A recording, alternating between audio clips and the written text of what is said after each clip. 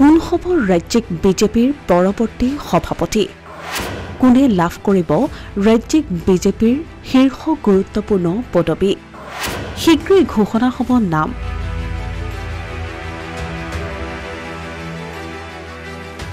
ঘোষণাৰ পূৰ্বে চৰ্চালৈ আহিছে কেইবাগৰাকীও জ্যেষ্ঠ নেতাৰ নাম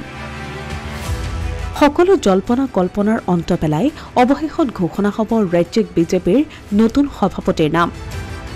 অহা 17 জানুৱাৰীত কেন্দ্ৰীয় পৰ্যবেক্ষক হিচাপে কেন্দ্ৰীয় মন্ত্ৰী গজেন্দ্ৰ সিং শেখাৱতৰ উপস্থিতিত অনুষ্ঠিত হ'ব ৰাজ্যিক বিজেপিৰ সভাপতি নিৰ্বাচন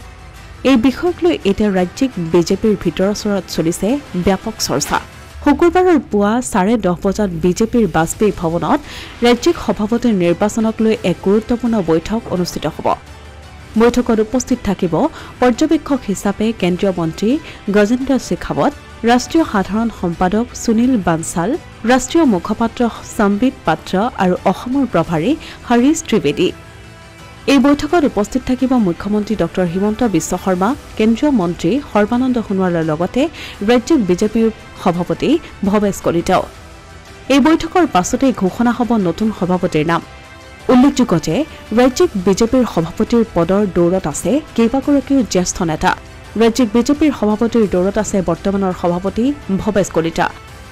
কলিতাৰ লগতে সভাপতিৰ দৌৰত আছে লোকসভাৰ সাংসদ প্ৰদান বৰুৱা বিজেপিৰ নেতা পল্লৱ লোচন দাস আৰু লগতে আছে ৰামেশ্বৰ তেলীও ৰাজ্যিক বিজেপিৰ সভাপতি পদৰ প্ৰাৰ্থীক লৈ মন্ত্ৰী ৰঞ্জিত দাসৰ নামো আছে চৰ্চাত আজি মৰিগাঁৱত অনুষ্ঠিত হোৱা কেবিনেট বৈঠকৰ পাছতে ৰাজ্যিক বিজেপিৰ কাৰ্যালয়ত উপস্থিত হ'ব মন্ত্ৰী ৰঞ্জিত দাস দিল্লীৰ কেন্দ্ৰীয় নেতৃত্বৰ সৈতে সাক্ষাৎ কৰিব ৰঞ্জিত দাসে উক্ত সাক্ষাৎ পৰ্বলৈ আমন্ত্ৰণ কৰা হৈছে বিজেপিৰ বহুকেইগৰাকী প্ৰাক্তন সভাপতিক এই ক্ষেত্ৰত দলে যি সিদ্ধান্ত লয় সেয়া তেওঁ গ্ৰহণ কৰিব বুলি ক'লে মন্ত্ৰী ৰঞ্জিত দাসে আৰু ইতিমধ্যে আজি আমাৰ অসমৰ যিগৰাকী তত্ত্বাৱধায়ক মাননীয় হৰিশ ত্ৰিবেদী ডাঙৰীয়া মোক আজি ৰাজ্যিক কাৰ্যালয়লৈ মোক আমন্ত্ৰণ জনাইছে মই শুনামতে তেনেকুৱাকৈ প্ৰাক্তন সভাপতিসকলক আৰু লগতে যিসমূহ প্ৰাক্তন আমাৰ মুখ্যমন্ত্ৰী বৰ্তমানৰ মুখ্যমন্ত্ৰী লগতে দলৰ তত্ত্বাৱধায়ক তেওঁলোককো দললৈ কাৰ্যালয়লৈ আমন্ত্ৰণ জনাইছে কিহৰ কাৰণে আমন্ত্ৰণ জনাইছে কি আলোচনাৰ কাৰণে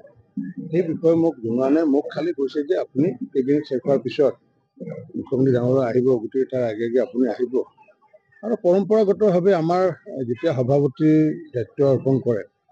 তাৰ আগতে জ্যেষ্ঠ যিসমূহ আমাৰ কাৰ্যকৰ্তা থাকে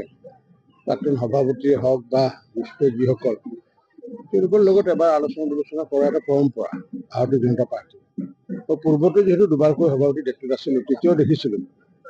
এইবাৰো চাগে তেনেকুৱাকৈ গজেন্দ্ৰ সিং শেখাৱত ডাঙৰীয়া যিহেতু তত্ত্বাৱধায়ক হৈ আহিব আৰু কাইলৈ যিহেতু তেওঁ ঘোষণা কৰিব নিশ্চিতভাৱে হয়তো এইবাৰো তেনেকুৱা আলোচনা কৰাৰ কাৰণে হয়তো আমন্ত্ৰণ জনাইছে আমাৰতো দলত তেনেকুৱা লোৱা নোলোৱা চিষ্টেমে নাই কাৰণ আমাৰ দলত যেতিয়া দলে যি দায়িত্ব অৰ্পণ কৰে সেয়া হয়তো দলৰ সাধাৰণ পদে হওক বা গুৰু দায়িত্বই হওক বা সাধাৰণ সম্পাদকেই হওক বা ৰাষ্ট্ৰীয় সমিতিৰ দায়িত্বই হওক বা মন্ত্ৰীৰ দায়িত্বই হওক যেতিয়া যি দায়িত্ব দিয়ে আমাৰ